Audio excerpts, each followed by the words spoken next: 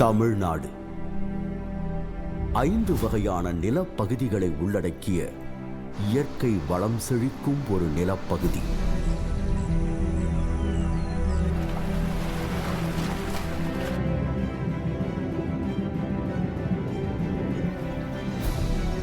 தமிழக நிலப்பரப்பானது தொன்மையான மொழி, தொடர்ச்சியான எழுத்தறிவு, பழம்பெரும் இலக்கியங்கள், பல்வேறு வகையான கலைகள், பிரமிக்க வைக்கும் நுண்திறன் மிக்க கைவினை தொழில்கள் என நீண்ட நெடிய பாரம்பரியத்தையும் வரலாற்றையும் கொண்டிருக்கு. இந்த தமிழக நிலப்பரப்புல மனிதகுல வரலாற்றோட தொடக்கத்தை பத்தி தெரிஞ்சுக்கணும்னா ஆயிரக்கணக்கான ஏன் லட்சக்கணக்கான ஆண்டுகள் பின்னோக்கி செல்ல வேண்டியிருக்கு. தமிழக வரலாற்றை தொடங்க வேண்டிய இடம் 15 லட்சம் ஆண்டுகளுக்கு முன்னால்.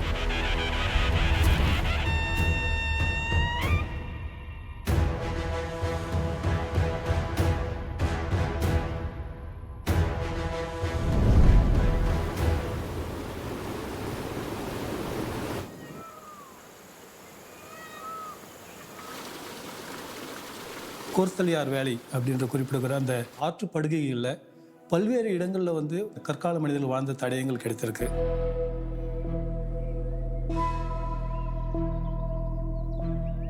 முதலாக கற்களை உபயோகப்படுத்தி அதை கூர்படுத்தி அதை வந்து ஆயுதமாக பயன்படுத்தி விலங்குகளையும் எல்லாம் மரங்களுடைய பழங்களையும் அடித்து சாப்பிட்டு அதில் வாழ்ந்திருக்கிறாங்க. ஹேண்டாக்ஸ்னு சொல்லக்கூடிய ஒரு கற்கருவியை இவர்கள் உருவாக்கி இருக்கிறார்கள். அதுபோல கிளீவர் எனப்படும் ஒரு கிழிப்பான் அப்படின்ற ஒரு கருவி, அது போன்ற பல வகையான கருவிகளை இந்த கால மக்கள் உருவாக்கி இருக்கிறார்கள். இந்த காலகட்டத்தை தான் பேலியோலித்திக், அதாவது பழங்கற்காலம் அப்படின்னு சொல்றோம். இவங்க வந்து இயற்கையாக காட்டில் கிடைக்கக்கூடிய அந்த விலங்குகளை வேட்டையாடி உணவுகளை சேகரித்து, தாவரம், பழங்கள், கொட்டைகள் இது மாதிரி அந்த இதை சேகரித்து வாழ்ந்து வந்திருக்காங்க. இயற்கையாக இருக்கிற குகைகள், பாறை மறைவிடங்கள், அங்கே தான் வாழ்ந்திருக்காங்க. ரெண்டாவது, இவர்கள் இடம் விட்டு இடம் நகரக்கூடியவர்கள். அதாவது ஒரே இடத்துல இவங்களுக்கு வேண்டிய உணவு கிடைக்காது. ஒரு இடத்துல இவங்க ஒரு குழுவாக தங்குவாங்க. அதுக்கு பேர் பேண்டுன்னு சொல்லுவாங்க. ஒரு பேண்டில் 25லேருந்து 50 பேர் ஒரு குழுவாக இருப்பாங்க. அந்த இடத்துல உணவுகள் தீர்ந்தோன்னே இன்னொரு இடத்துக்கு புலம்பெயர்வாங்க.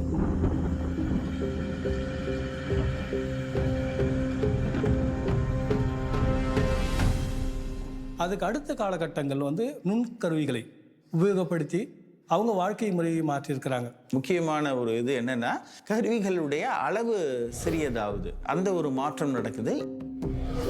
இவர்கள் சிறிய சிறிய கருவிகளை பயன்படுத்துகிறார்கள்.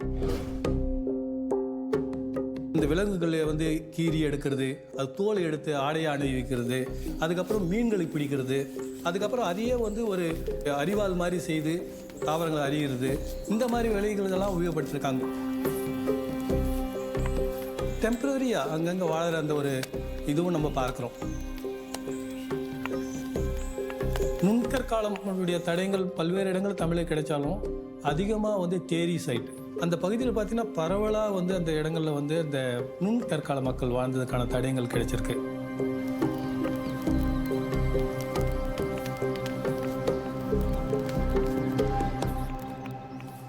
அதுக்கப்புறம் வந்து இந்த நிலைப்பாடு மெல்ல மெல்ல மாறுது. இந்த காலகட்டத்தில் தான் மனிதன் இந்த பழைய கற்கால கருவியிலிருந்து புதிய கற்காலத்திற்கு மாறுகிறான். கற்களை வந்து வழுவழுப்பாக ஆக்கி அதை வந்து உபயோகப்படுத்துகிற ஒரு காலகட்டம், அதை வந்து நம்ம நியோலித்திக் அப்படின்னு சொல்கிறோம். புதிய கற்காலம் அப்படிங்கிறது மனிதன் அந்த வேட்டையாடுகிற தொழிலிருந்து வேளாண்மைக்கு மாறுகிற காலம். அதை வந்து நியோலித்திக் ரெவல்யூஷன், புதிய கற்கால புரட்சி காலம்னு சொல்லுவாங்க. அப்புறம் புதிய கற்கால மக்கள் பானைகளை செய்திருக்கிறார்கள். வேளாண்மை செய்து தானியங்களை எடுக்கும்போது அதை சேமித்து வைக்க இவங்களுக்கு பானைகள் தேவைப்படுது. அப்போ வேளாண்மை செஞ்ச சேமித்து வைக்கிறதுனால ஒரு வருடம் விளையிலனா கூட நீங்கள் அதை வந்து அங்கே நீங்கள் இருக்கலாம். அந்தளவுக்கு இருக்கும் பொழுது அப்பொழுது உபரி உற்பத்தி இருக்கும் பொழுது பல்வேறு கலை வருகிறது. அப்படி வந்தது தான் நம்ம பாறை ஓவியங்கள்.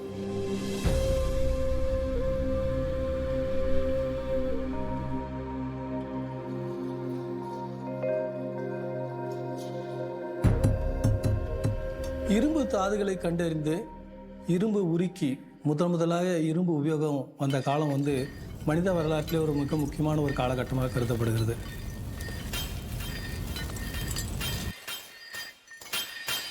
ஏன்னா இரும்பு வந்ததற்கு பிறகு அவர்கள் காடுகளை அழித்து வேளாண்மை செய்ய முடிந்தது. அப்போ இரும்பு வந்ததுக்கு அப்புறம் வேளாண்மை மற்றும் ஆடு மாடு மேய்த்தலுடைய பெருக்கம் அதிகமானதுன்னு சொல்லலாம்.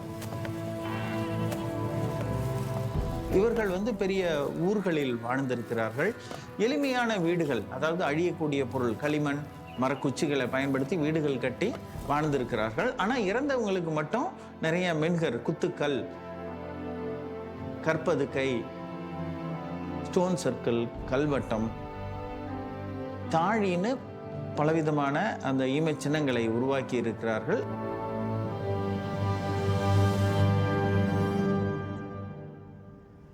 வரலாற்று தொடக்க காலத்தில் இரும்பு காலத்தில் இருந்த நிலையை விட வளர்ந்து வேந்தர்கள்ன்ற ஒரு அரசியல் அமைப்பு உருவாகுது. இதான் இப்போ மூவேந்தர்கள்னு சொல்கிறோம் இல்லையா, சேர சோழ பாண்டியர்கள். அவர்கள் பெரிய அளவு பகுதிகளை இவர்கள் கட்டுப்படுத்துகிறார்கள். ஒவ்வொரு வேந்தருடைய நிலப்பரப்புலையும் பார்த்தீங்கன்னா ஒரு தலைநகரம் இருக்கும், ஒரு துறைமுகம் இருக்கும். இந்த காலகட்டத்தில் தான் முதல்ல எழுத்து அறிமுகப்படுத்தப்படுகிறது. தமிழ் பிராமி அல்லது தமிழி எனப்படும் எழுத்து அறிமுகப்படுத்தப்படுகின்றது. முதலில் நகரமயமாக்கம் வருது, அர்பனைசேஷன். அந்த நகரமயமாக்கத்தின் ஒரு வெளிப்பாட்டை தான் நம்ம கீழடி அப்படிங்கிற அந்த தொல்லியல் இடங்கள்ல பார்க்கிறோம். கற்காலத்தில் தொடங்கிய மனித வாழ்க்கை ஓர் உயர்ந்த சமூக நிலையை எட்டியது.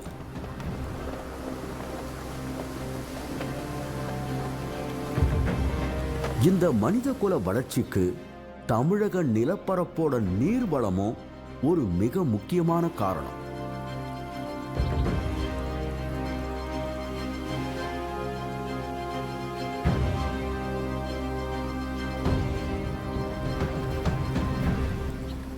மேற்கு தொடர்ச்சி மலையிலிருந்து கிழக்கு நோக்கி செல்லுகிற இந்த நதிகள், இது வந்து குறிப்பாக நம்மளுடைய பாலார், பெண்ணையார், காவேரி, நம்ம வைகை, தாமிரபரணி, இன்னும் ஒரு 200 கிலோமீட்டருக்கு ஒரு முறை ஒரு மிகப்பெரிய நதி ஓடிக்கிட்டே இருக்கு.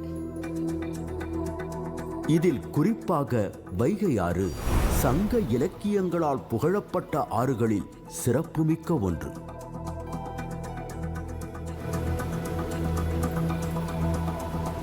வைகை ஆற்றங்கரையில் மனித நாகரிக வளர்ச்சிக்கான தடயங்கள் புதிய கற்காலத்திலிருந்தே கிடைக்கின்றன. புதிய கற்காலத்தை சேர்ந்த பாறை ஓவியங்களின் தொடர்ச்சியாக இரும்பு காலத்தை சேர்ந்த பெருங்கற்படை சின்னங்களும் கிடைக்கின்றன.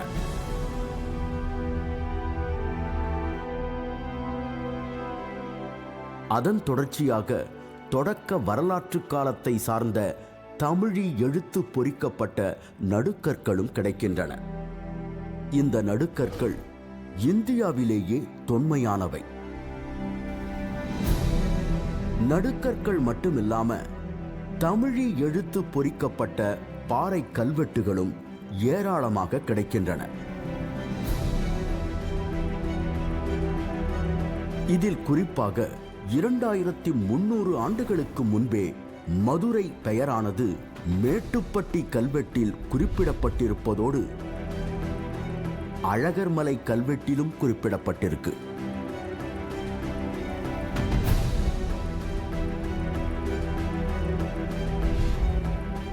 அதேபோல மாங்குளம் தமிழி கல்வெட்டில் நெடுஞ்செழியன் எனும் சங்ககால பாண்டிய மன்னனின் பெயர் பொறிக்கப்பட்டிருப்பது மிகவும் சிறப்புமிக்கதாகும்.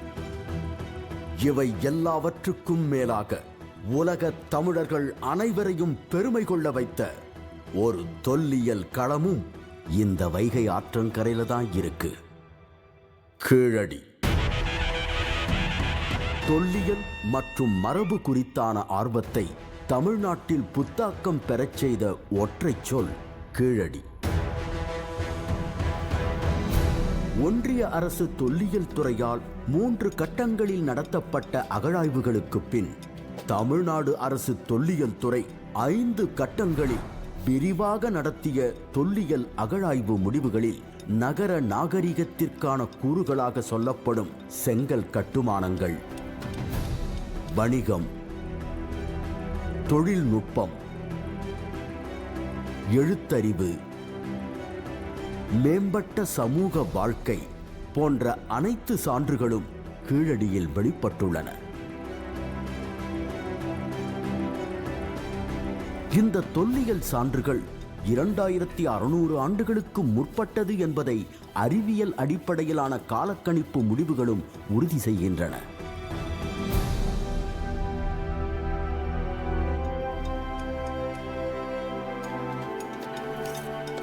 தமிழ்நாட்டில் முதல் முறையில் வந்து ஒரு விரிவான கட்டிடப் பகுதியில் கிடைத்த இடம் வந்து கீழடி. அந்த கட்டிடப் பகுதியில் வச்சு தான் நம்ம சொல்கிறோம் இது நகர நாகரிகமாக இருந்திருக்கும். நம்முடைய சங்ககால முறையில் ட்ரெடிஷ்னல் வேலை கற்ற நீள் வகையான கட்டிடப் பகுதிகளாகத்தான் எல்லாமே கட்டிடங்கள் கட்டப்பட்டிருக்கு. அதனோட பைண்டிங் மெட்டீரியல் பார்த்திங்கன்னா வெறும் மண் தான் அதனுடைய பைண்டிங் மெட்டீரியல். எந்த ஒரு சாந்தும் அதற்கு பயன்படுத்தாமல் கட்டப்பட்ட கட்டிடப் பகுதி தான் அங்கே கிடைச்சது தான் மிக முக்கியமானது சொல்கிறோம். அதை வச்சு தான் நம்ம வந்து இது சங்ககால கட்டிடங்கள் என்று நம்ம ஐடென்டிஃபை பண்ணுறோம்.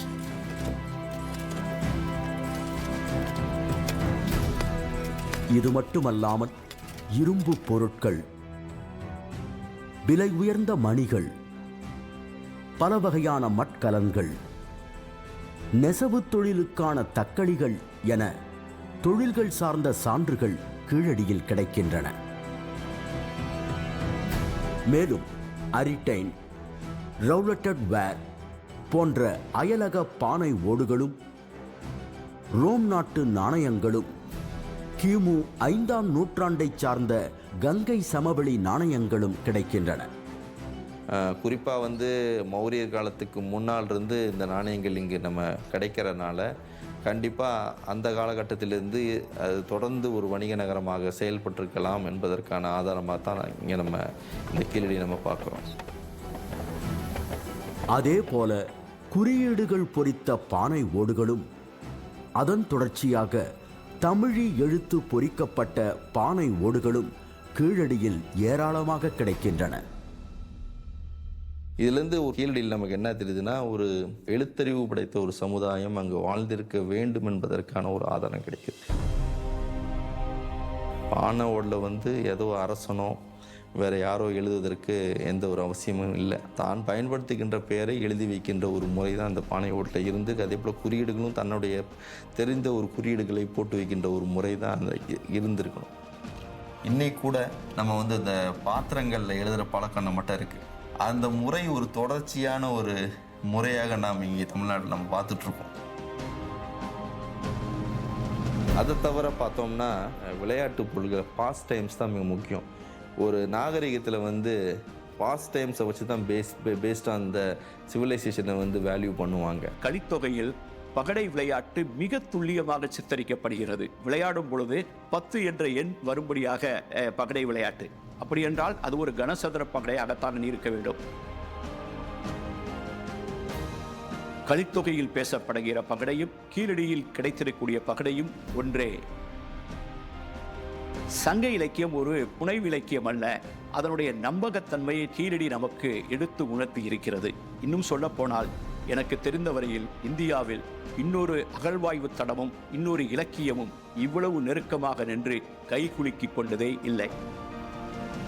சுடு மண்ணால் ஆன விளையாட்டு சக்கரங்கள், வட்டச் சில்லுகள், தந்தத்தினாலான பகடைகள், ஆட்டக்காய்கள் மற்றும் சோழிகள் என பல்வேறு வகையான விளையாட்டுப் பொருட்கள் கீழடியில் கிடைக்கின்றன. அதையும் இன்னைக்கு நாம் பார்த்தோம்னா நம்முடைய மக்கள் தொடர்ந்து பயன்படுத்துகின்ற ஒரு நிலையை நாம் பார்த்துக்கிட்டு இருக்கோம்.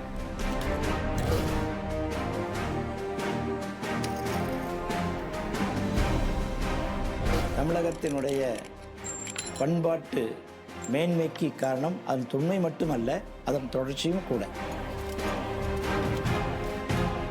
2600 ஆண்டுகளுக்கு முன்பே முழு வளர்ச்சி நிலையை அடைந்த நகர நாகரீகம் இருந்ததற்கான சான்றுகளை வெளிப்படுத்தியதன் மூலம் கீழடி உலகிற்கு உரைப்பது யாதெனில், தொன்மையை போற்றியும் புதுமையை ஏற்றும் என்றென்றும் உயர்நிலை சமூகமாய் வாழும் நிலப்பரப்பு தமிழ்நாடு.